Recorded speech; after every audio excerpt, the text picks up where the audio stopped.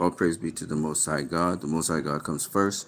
This is not going to take very long, but I have to say these things. Shout out to Narrative House on YouTube. This is just a screen share of Narrative House. And in this,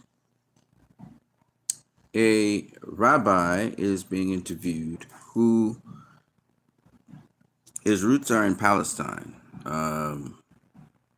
His family, his mother, his father, his family were born in were born in Iraq. He's a Jew, as you can clearly see, Orthodox Jew, and he's also anti-Zionist. And he breaks down the relationship that Jews had with the Muslim world or the Arab world. And he explained that Jews were welcomed into these countries. And he goes into great detail about it, and it was very peaceful. And it was just interesting, the bunch of stuff he talked about, because Jews had a lot of property and land and stuff like that. They really found favor with the people in that region of the world, West Asia. And so they were able to thrive. They did extremely well, business, commerce, etc. Now, something that struck me, this is what I really want to speak to you guys about, is the fact that the current activities with the Palestinian Initiative, aka the State of Israel, goes directly against the Torah. And I find that very interesting because there are two main things I take from this, and I really want to highlight these two main things. The first one is, if you follow the Torah, it explicitly said that when the Jews went into exile, because, Jerusalem was overthrown in AD 70, it was explicitly stated that they were not to try to form a nation of their own, nor were they supposed to lord it over the people who they would be in exile with. They were supposed to conform as much as is possible to the governance there. This is why, if you look, Jews have never really had a state of their own. So they go against the Torah in this case because they went into exile.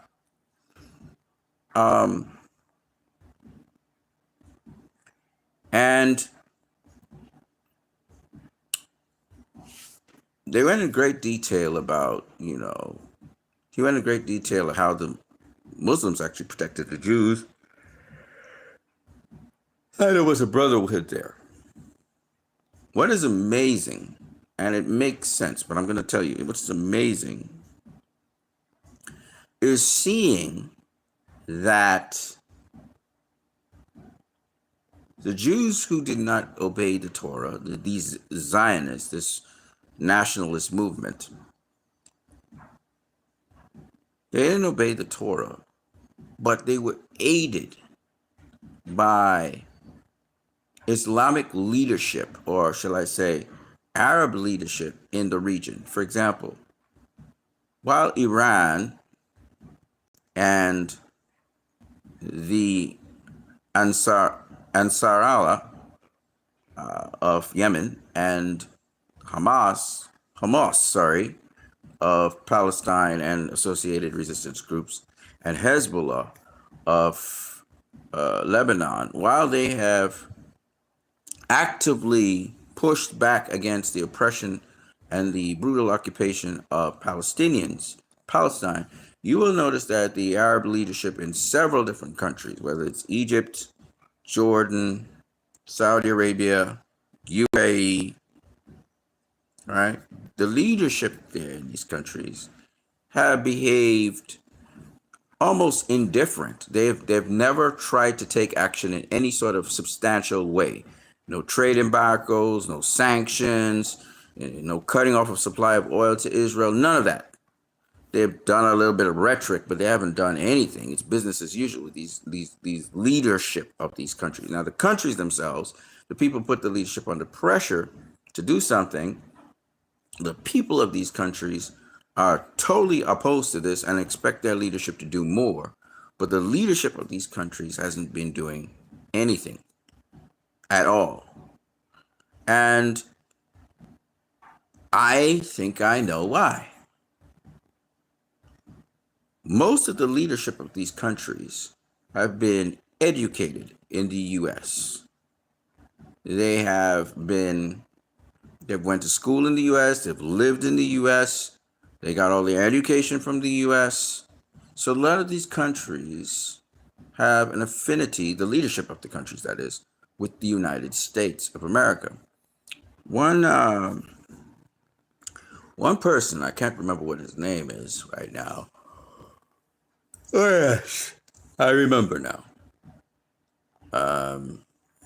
I think I've subscribed to his YouTube. I'm not too sure, but he said that these nations, the Houthi is not the Houthi, sorry, the Ansarallah has shown more courage, even though it's a poor nation, than all these other nations. Okay, and their leadership, not the people, but the leadership. And I think it's because of leadership. Israel is an extension. This is what he said. This was basically an extension of the American Empire, the American British Empire. And this is true. I was listening to some revealed audio, Richard Nixon speaking with the great American evangelist. I forgot what his name is right now. And they were, the evangelist was saying that, there are the Jews who have gone, back to Israel, who are innocent Zionists, and then you have those who have been,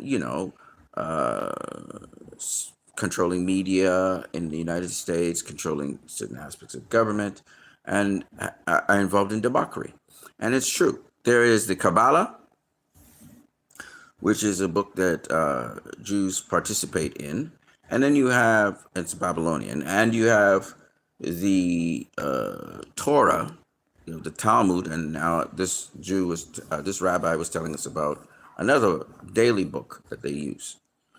But the thing about it is that the ones that practice Kabbalah, they may on the surface seem like Torah Jews, but in the background they worship Satan. And it seems those Jews are the ones, orchestrating what is happening today. And it's in direct contradiction to what the Torah teaches, which is amazing. But what I wanted to say was the complicity of these governments to allow the atrocities that are happening to the Palestinians, which is what this rabbi is actually speaking about.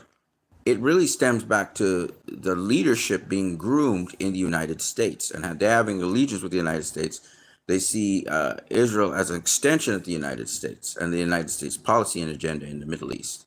And so because of their familiarity with the people in the United States, the leadership and the high-ranking officials in the United States, and therefore some of those people are now high-ranking officials in Israel, because a lot of the Israeli people, or so-called Israelis, are actually Europeans, some of which went to the United States and have American citizenship.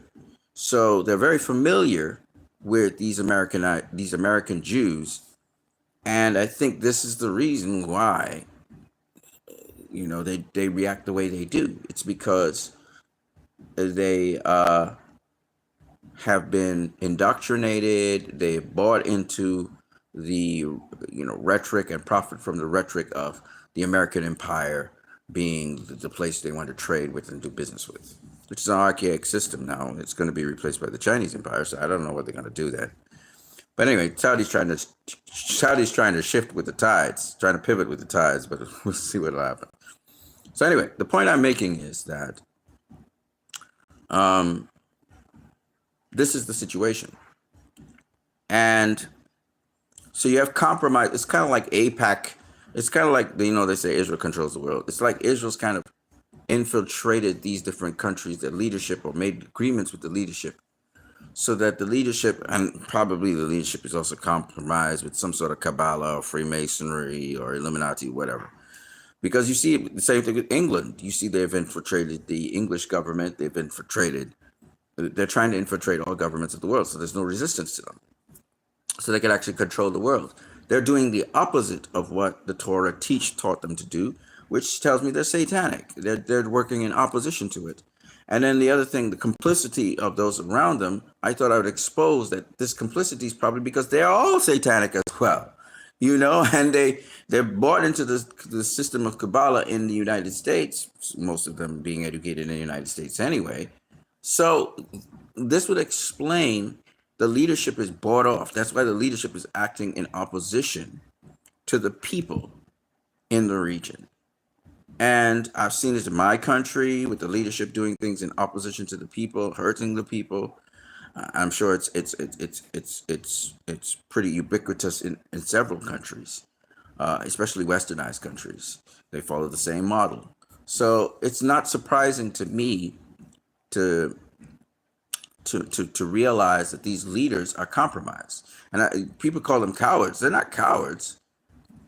They actually are going with the agenda that's probably was presented out to them a while ago by the U.S. government and by Israel. Okay? I don't think these people are stupid in any way, shape, or form. I don't think they're afraid in any way, shape, or form. But I think they're bought out. So I think that is what Israel's done. It's bought out the leadership of countries. You watch it, Donald Trump is just skipping and jumping to the tune of Israel's because he's bought out. And he's reminded that he's bought out. He's compromised. All that money they pumped into there, you better stick with the plan, brother. So I say all of this to say this, that this is not of God. Therefore, it won't stand. And the other thing I want to say is that the rabbi is correct in the sense of this. He also spoke about how, the special forces in the Israeli policing service came and started to terrorize people to get Jews out of different countries back into and consolidated in Israel.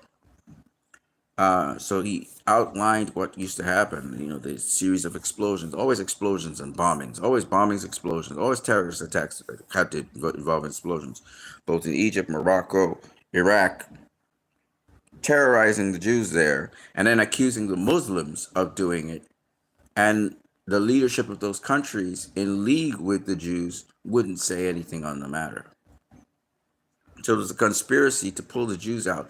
And the reason was the leadership didn't say anything because, according to the head of these Israeli forces, they said, what we'll do is you can take all their property, all their lands, all their network, all their money, you can seize all their accounts. That's how you get benefit from them. So the leadership, which was corrupt, not the people, the leadership, which was corrupt, took all their lands, all their money, all their resources, and the Jews had to be extracted and extradited to Israel. And once they were in Israel, they were considered Arabs, even though they were Jews. They were called Arab Jews, and they were not seen as purely Jewish, and they were looked down upon and scorned in Israel. And then, of course, this rabbi had to leave Israel. That's just the irony of ironies, because he took on the anti-Zionist rhetoric. And he was beaten and he was imprisoned and so on and so on. So he left Israel. And a lot of the Jews, when the pressure was put upon them, they migrated to Europe. They actually migrated to Britain and France and these other places instead of going to Israel, some of them.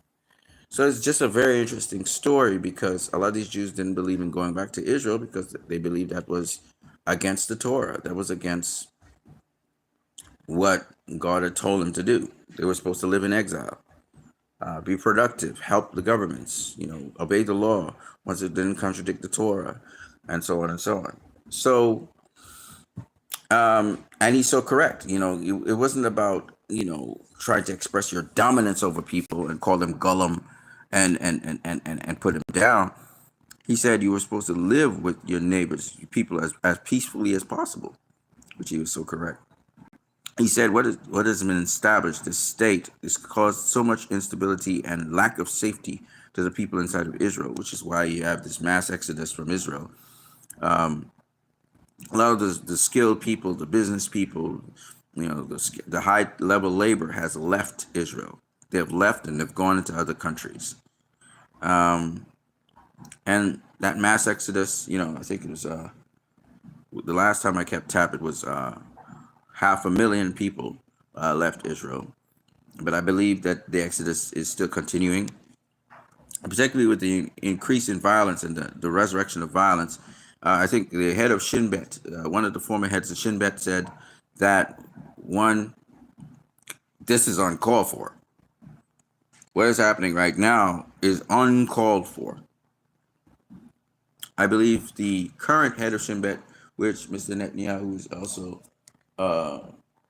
he's very dissatisfied with, and is probably trying to get rid of him. He also advised not to carry through this. And it's very interesting seeing, how much in Israel itself, there's a lot of dissent towards this.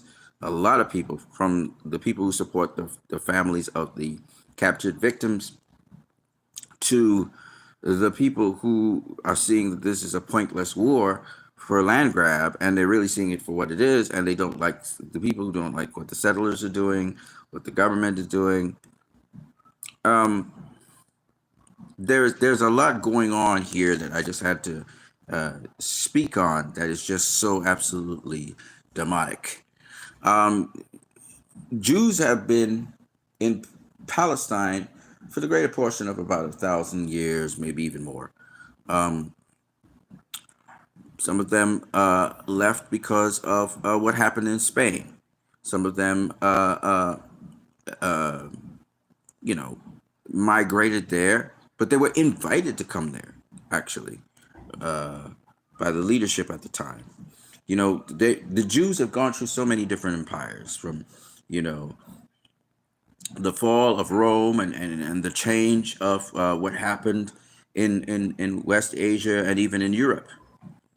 They've been through many different empires, and they said the best times they ever had were really under Islamic rule, and what's interesting, depending on who the leadership was, they accommodated Christians, and this is after the Crusades and everything. They accommodated Christians, they accommodated Jews, Muslims. When the Berber had taken over Spain and driven out some of the Islamic people and Jews from there, because there was a time when, there's so many different regimes that came and some people got driven out. This is nothing new. There's nothing new under the sun, okay? The Jews that were driven out of Spain, they took refuge. Some went to Portugal. They took refuge, though, mostly in West Asia. And the reason that happened was because literally the people in West Asia were welcoming them in. Come to West Asia. And again, the Jews had money, they had influence, they were always business people, So all of that needs to be noted and said. Wonderful. Okay, we can't go without saying that, but at the same time, that's really bubbling over. That's good. But at the same time, it is worth saying and worth noting that they welcomed them in. They were saying, "Come." They were exiles. Come to our country. Come to our country, because they knew the Jews economically would help their country, because the Jews, as I said before, were always business people. All right, the Jews, they're come and you know what's the weirdest thing? Unlike some of these unethical Jews who lie, cheat, steal, and swindle, and are dirty people, the Jews were actually very upright people. Their business, you ever hear about, you just, the business is sealed with a handshake? Jews were more like that. They were really noble, upstanding people. That's why when you say Jew, Got to know who you're talking about, you know. And that's why Revelation talks about, they who say they're Jews but are not, but are of the synagogue of Satan. You have to understand there are ethical Jews, there are noble Jews, and you're seeing them. You're seeing them spread all over the world. And you're seeing them leading out in protests and so on against what is happening, which is immoral, it's wrong, it's illegal, what is happening in Palestine. And the reason that is so is because they come from a lineage of really noble people. That's why I said, and I say it with my heart, I can't, that's why I said I'm not anti-Semitic, because I can't go against the Jewish people. And when I speak about the Jewish people, I'm speaking about people like this rabbi here. I'm speaking about people who have a conscience, they have morality. They really follow the Torah. They study scripture, they spend their days studying scripture. Their dedication, the devotion, just like the Muslims, the dedicated, devoted Muslims. I love their dedication and their devotion. This is something, the real deal when you see it. And these people are the real deal. So it's not surprising to me. Now, the thing about it is, as was so correctly said by many of the Jews,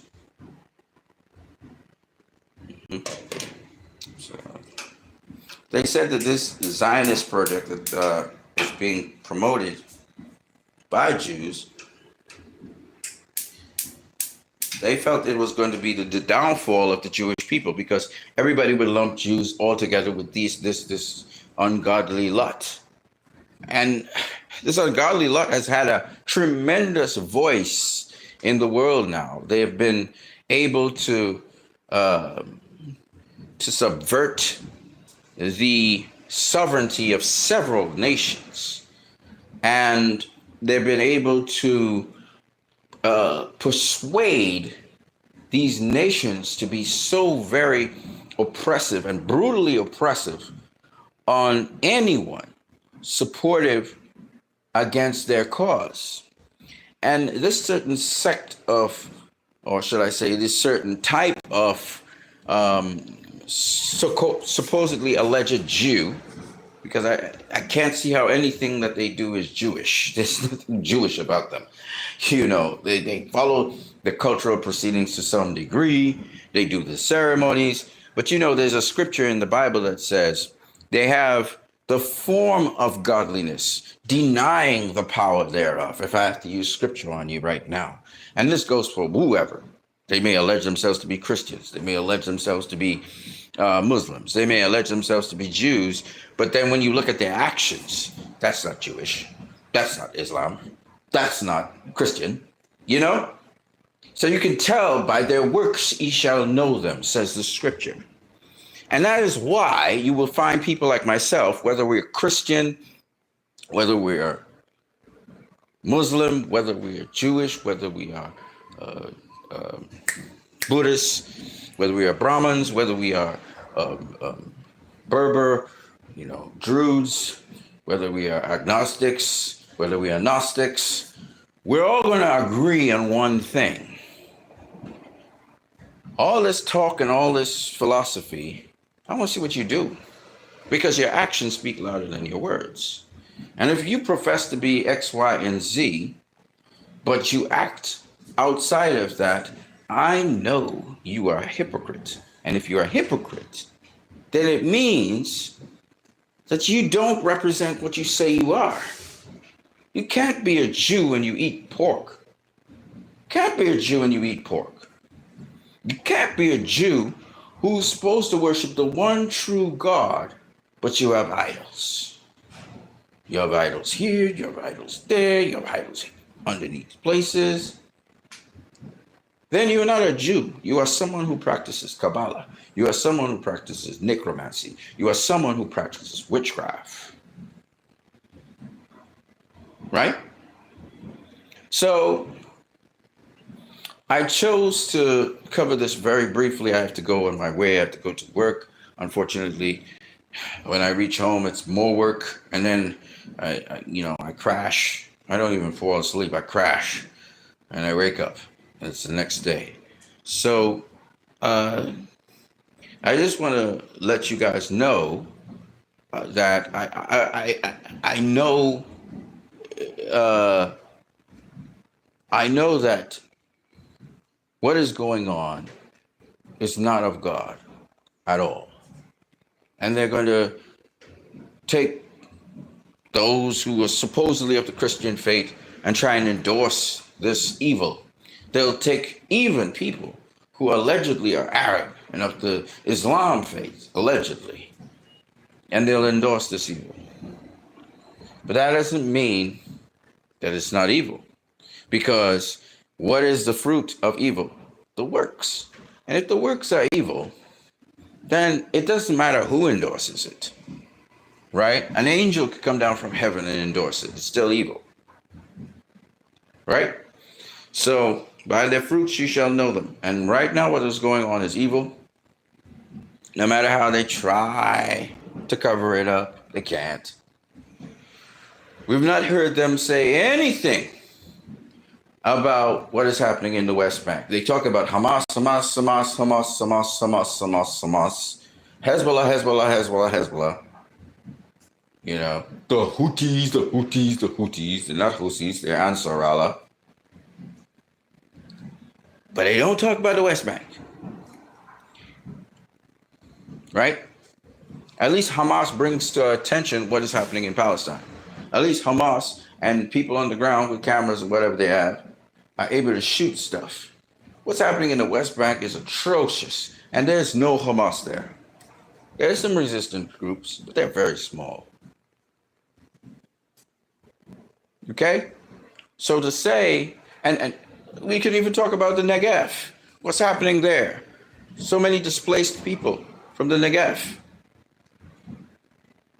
So don't tell me that what's happening in Gaza is because of Hamas. That's not true. In fact, it's happening in various parts of supposedly Israel, truthfully supposed to be called Greater Israel. What is really going on, and let's not fool ourselves, it is a form of Western hegemony that is trying to be imposed on West Asia. This is what's going on. And it's brutal. And what they are saying is this succeeded in the 17th century in the US of A. They were able to completely wipe out most of the native tribes, or push them further down south to Mexico, or push them further up north to Alaska. See, can't fool me. I know they're around. They're just around, but they're not in the space that's generally called the United States of America, right? So they're around. And what is happening?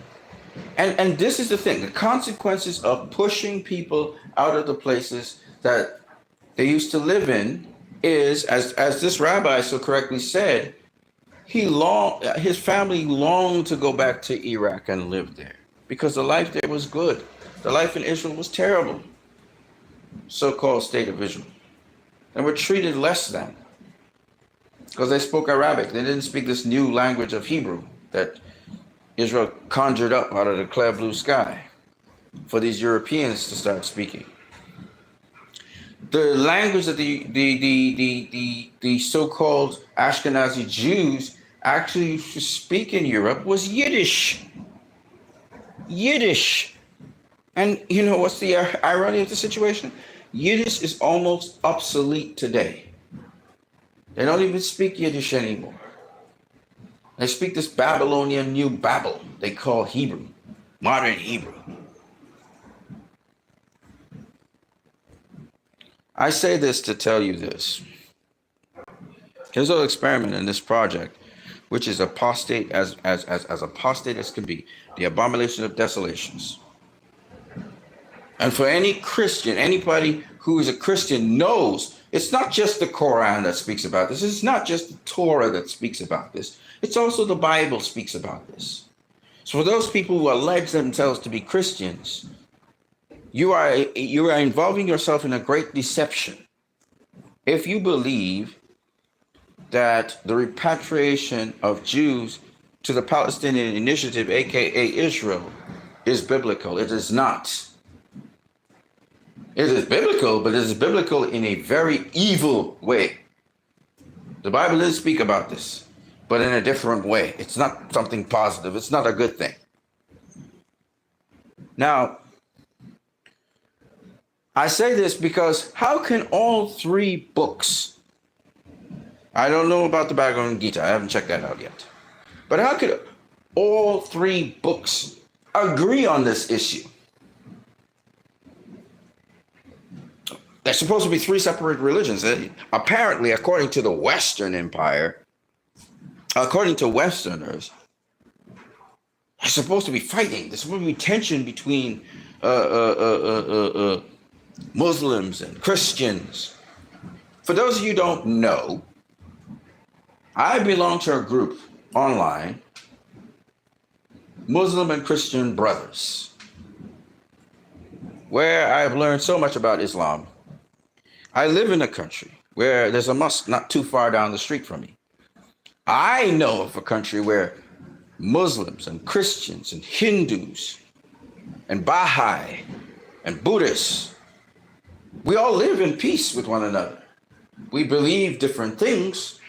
We try to find commonalities, but we live in peace with one another for the most part. I live in a multiracial, multi-ethnic society, which the world is becoming more and more that. It's not just New York. It's not just America. It's all over. People are migrating all over the place with their cultures and sharing it. This is nothing new. But I was trying to make a point. The point is that when you do a war, people don't like war. Civilians don't like war. They like peace. People like stability. They want economic prosperity. When you do wars, wars go against all of that. People lose their rights. They lose their possessions. So are the people going to stay in a place of war? No, if they can, they're going to evacuate that area. They're going to leave and they're going to go somewhere, right? They're going to go somewhere, right? So where are they going to go? They're going to look to go to a place where conditions are better, where they have a chance to be successful. So they're going to go. This is why Europe's composition now is filled up with a lot of Arabs and a lot of Muslims. And in America is the same thing. It's because people had to leave where they were. Do you think they wanted to leave where they were? No, they don't want to leave where they were. But because of war, people get displaced from where they are, where they lived, their stability, their life. Sometimes they have to live, even as refugees in a new country, in exiles in a new country, they have some standard. They're living way below the standard of what they used to live at. They don't want to leave. No one wants to leave. The Jews that were in Iraq, they wanted to stay in Iraq. They didn't want to leave Iraq. This is what they knew. This is the life they built for themselves. Why would I want to destroy all that and be forcibly discharged from that area to go to a country to start all over again where I'm less than what I was? But because horrible things start happening to people, you get scared into moving. Okay? Now, let me say something else, because I think a lot of people don't understand. What this state of Israel has done for the Middle East is continually have war. And war causes instability. When they exiled 250,000 Palestinians back in 1948, the Nakba, they destabilized the region because these Palestinians now have to go somewhere. Right? They're not going to stay. If they say leave, they're going to leave. They're not going to stay. Okay, so they left. They went into Jordan. They went into Egypt. Some of them went into Iran. Right? Some of them went as far as America. Okay? Europe. Palestinians all over the place. Just like the Jews. The Palestinians are now the modern day Jew. And the thing about it is, when Palestinians go anywhere, they also do well. They thrive. Once they're not in refugee camps, they thrive. They do well because they're starved for the opportunity to show what they can do. DJ Khaled is a Palestinian from Palestine. I can go on and on and on. The Hadids, very successful Palestinians, just like the Jews, because the Middle Eastern people, they're very successful because, one, they know mathematics. Two, they're very successful because, again, like the Jews, they stick to themselves. They stick in the community and they start building. A lot of them were commerce. They were tradespeople. They were business people, right? So they have a good handle on business and money and figures, right? Just like the Jews, right? Now, some of the Jews have reached status, great status in the United States of America, and they've done well for themselves. And some of them came across from Europe. They were already big in Europe. They just left Europe and they expanded their businesses into America. Again, I have nothing against that. Okay? Nothing against that. Okay? I am also of the proponent that taxation through the years has been a form of currency that empires have reaped benefits from. But mind you, and I'm not trying to go off on a tangent here, bear with me for a second. Taxation that happens, if I say I want you to have a tax, there's nothing wrong with this. Taxation's, I don't think it's necessarily speaking, for countries to have taxation. But I'm going to explain what I mean. Because, yes, there's going to be a taxation of some kind. But what I mean is, like, okay, for instance, income tax. Income tax didn't come about as a result of the U.S. government having a need to tax the people. It wasn't doing that. It wasn't doing income tax to the people before World War I. No, they weren't taxing the people. How the government was getting its income was through taxation on goods and services, tariffs. This is what Donald Trump is talking about. Tariffs was how it mostly made its money. This was in the earlys, though, because there was a lot of trade, international trade and stuff that was going on. So it made money off of tariffs. It wasn't making money off of income tax. Okay? Income tax came as a result of World War I when certain Jewish people introduced that, the Federal Reserve, and some other things that came along with it. Now, I'm not saying this to once again necessarily invalidate taxation. Throughout the history of mankind, there's been taxes, okay? Even this rabbi here talks about how what the Islamic State did was, if you're not a Muslim and you practice another religion, well, you pay a tax to the state, okay? So it's not like I'm saying that taxation is wrong but at times, taxation is unnecessary. It is something that monies are being raised for causes that really have nothing to do with the state itself or the expansion of the state itself, So sometimes certain taxes are unnecessary, and then they're targeted towards the wrong people, which is another funny thing. And you would say, well, shouldn't everybody be taxed? If you're going to tax, everybody should be taxed, right? True. That's not the case, but that's what that's a fair enough statement. And if you're not going to tax, then you shouldn't tax anyone. You see what I'm saying? You shouldn't have a certain group of people who you say you're incentivizing and you're not giving them any tax, who don't need taxes to be removed from them because they can take it. They can handle taxes being upon them. Why would you give the top tier people, the people who earn the most amount of money, you would tell them, we're not going to tax you at all? Why would you do something like that? And the people who really need every single cent or dollar, you're saying, I'm going to tax you.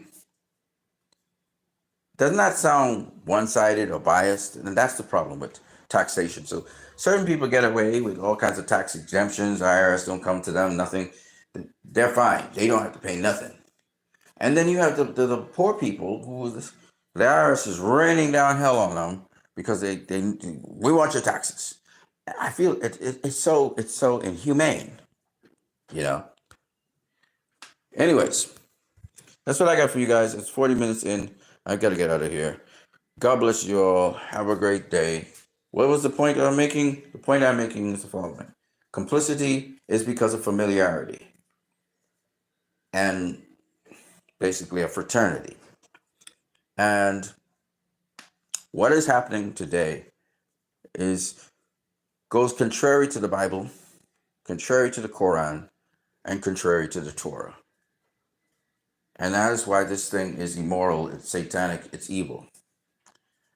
And I'm speaking out against it in the most strongest language I possibly can. You, the people, have to push this.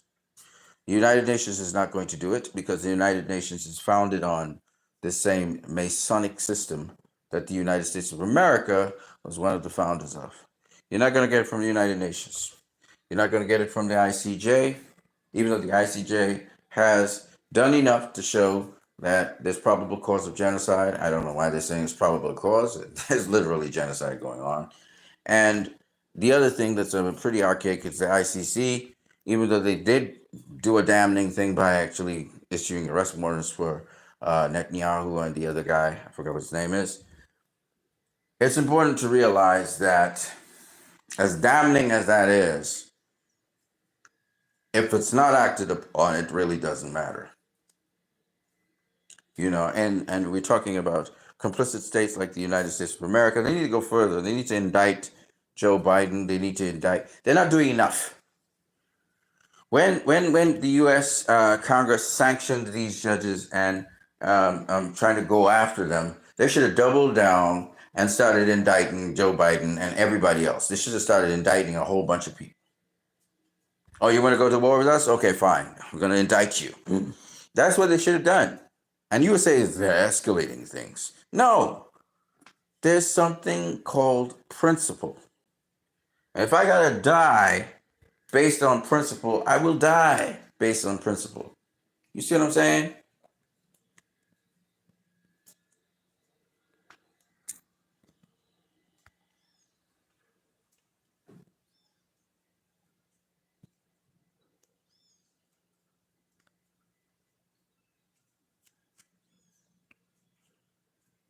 Shout out to DC Tamil FC.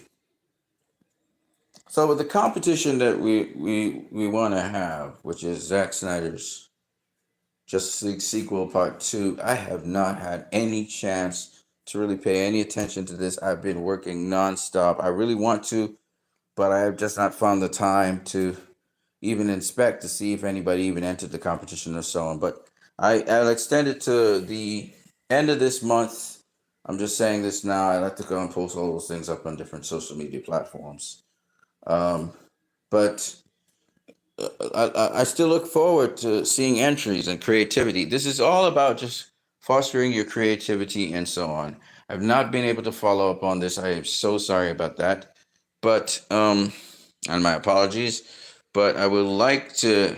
There's such spectacular art, and some of you really appreciate the art that I put up by different artists and just spectacular artists. I saw some more art by some artists, by the way, as I was kind of scrolling through Twitter last night, somewhere around 11 o'clock in the night, 11 p.m. It was very, very late. I fell asleep. I woke back up at 11. I went and started doing work. Then I fell back asleep. So I've been grinding. Right now, I have some more product that I just finished boiling. I don't know. I'm gonna let it. I'm gonna let it draw, and then I'll have to cool it down and other things. But anyway, this is what I got for you guys. So I'm sorry. This thing's gonna go. Hopefully, I can get everything sorted out by the end of the month. And it's just me. Nobody else is pushing this. But I'm gonna continue to push it. I might even extend it to next month.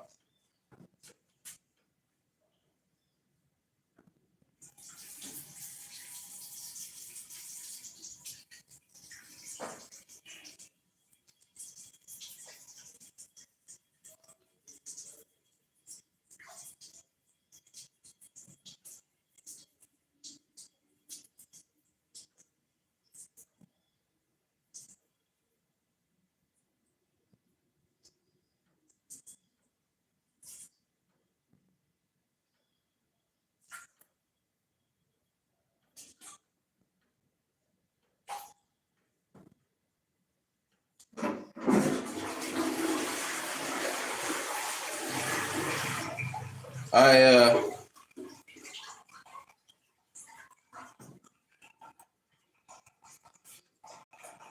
I think that's about it for me. I have to get out of here, so I will see you guys later.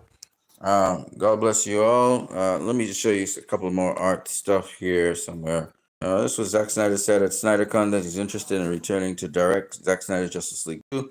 This was Gunverse guy actually was saying this. So a guy who actually is interested in the Gunverse.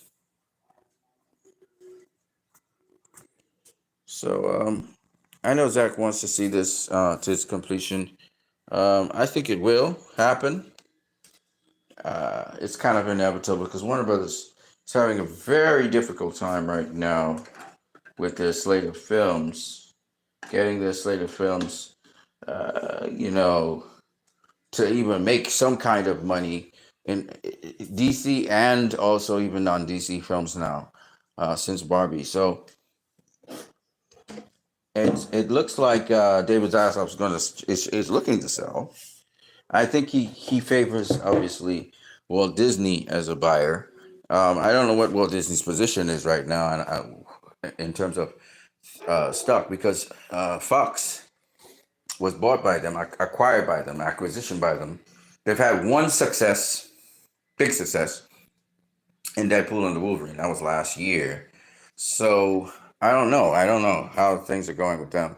Hollywood's not the major focal point of making movies now. It's starting to spread out, starting to diversify, from China all the way to independent films to you have companies forming up, new studios forming up all around the country. So it's one of those situations where what the propaganda that used to work, um, not so much anymore. This is an Australian gentleman, Christian Chris Stanley. Chris Stanley. Chris Stanley is really excellent at doing cosplay. He's really great at it.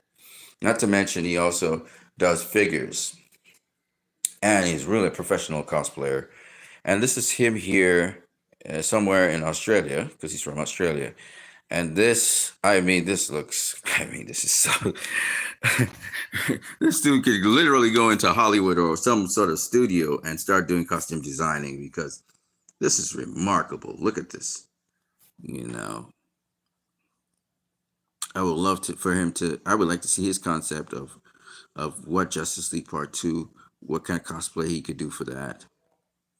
Um, yeah. So these are some Snyder haters, I think.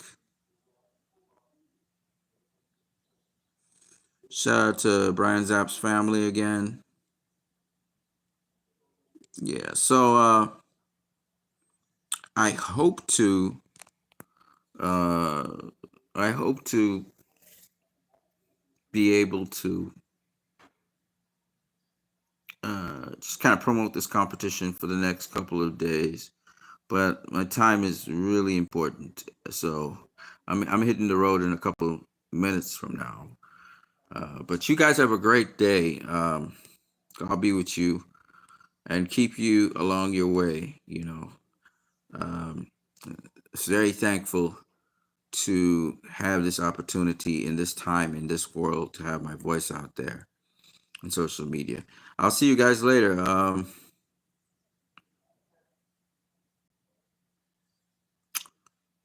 Yeah, I'll see you guys later. Peace.